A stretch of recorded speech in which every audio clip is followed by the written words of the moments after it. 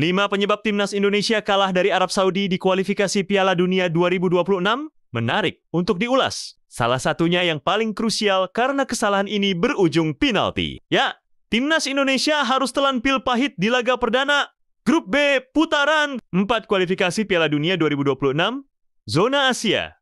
Main di King Abdullah Sport City, Jeddah, Arab Saudi pada Kamis 9 Oktober tahun 2025 dini hari WIB. Pasukan Patrick Kluivert kena comeback hingga kalah dengan skor 2-3. Sejatinya, timnas Indonesia mampu unggul lebih dahulu. Gol pembuka dicetak oleh Kevin Dix lewat tendangan penalti. Tetapi setelah itu, Arab Saudi bangkit hingga berbalik unggul. Sejumlah faktor jadi penyebab kekalahan. Timnas Indonesia yang mengakibatkan peluang lolos langsung ke Piala Dunia 2026 menipis.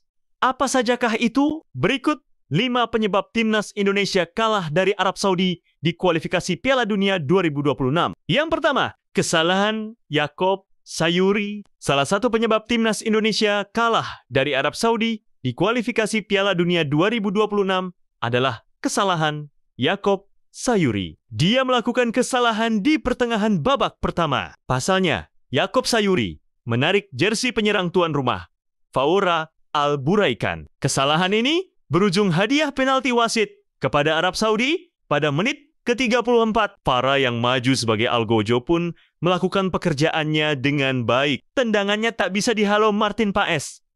Kesalahan ini krusial karena membuat Arab Saudi balik unggul 2-1. Arab Saudi pun makin on fire setelah itu. Yang kedua, lini belakang lengah. Penyebab kekalahan selanjutnya adalah lini belakang timnas Indonesia yang lengah. Usai unggul 1-0 lewat gol Kevin Dix pada menit ke-11, lini belakang timnas Indonesia tampak lengah. Beberapa kali pemain Arab Saudi leluasa melancarkan serangan ke gawang timnas Indonesia. Martin Paes pun harus kerja keras. Tetapi, beberapa serangan gagal diantisipasi kiper FC Dallas itu. Salah satu kelengahan lini belakang timnas Indonesia yang berujung gol terjadi pada menit ke-17. Kala itu, pergerakan Saleh Abu Al-Shamat gagal dihalau oleh para pemain belakang timnas Indonesia. Bola sepakannya pun bisa bersarang tepat ke gawang timnas Indonesia yang dikawal. Martin Paes hingga Arab Saudi menyamakan kedudukan menjadi 1-1 kala itu.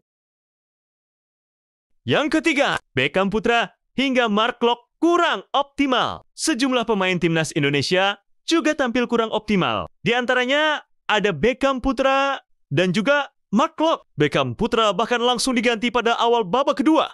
Perannya di lini depan digantikan Eleanor Renders. Sementara Mark Klok, meski dipertahankan hingga akhir laga, kinerjanya jadi sorotan, utamanya di babak pertama. Dia terlihat tak bisa bekerja sama dengan Joey Pelupes di lini tengah. Kemudian, yang keempat, kalah duel fisik. Faktor lainnya adalah timnas Indonesia kalah dalam duel fisik dengan pemain Arab Saudi. Yaakob Sayuri yang dimainkan Patrick Kluivert di lini belakang tampak kewalahan meladeni permainan tim tuan rumah. Beberapa kali Yaakob terlihat kalah duel fisik dari Arab Saudi hingga pemain lawan bisa melancarkan serangan dengan mudah. Martin Paes pun akhirnya dibuat bekerja keras menghentikan serangan demi serangan yang datang. Dan yang kelima, serangan macet. Faktor terakhir ada di lini serang. Serangan timnas Indonesia terlihat macet karena kinerja pemain yang kurang optimal. Angin segar bagi skuad Garuda baru hadir ketika para pemain bertipe menyerang dimasukkan Patrick Kluivert. Di babak kedua, dia memasukkan Eleanor Renders, Tom Hay, hingga Ol Romeni. Perubahan ini membuat permainan skuad Garuda lebih mengalir. Bahkan, penguasaan bola meningkat yang dibarengi dengan duel sukses dan akurasi umpan yang lebih baik. Jika Ole Romeni dimasukkan lebih awal, hasil yang didapat bisa saja berbeda. Perubahan ini membuat permainan skuad Garuda lebih mengalir. Bahkan, penguasaan bola meningkat yang dibarengi dengan duel sukses dan akurasi umpan yang lebih baik.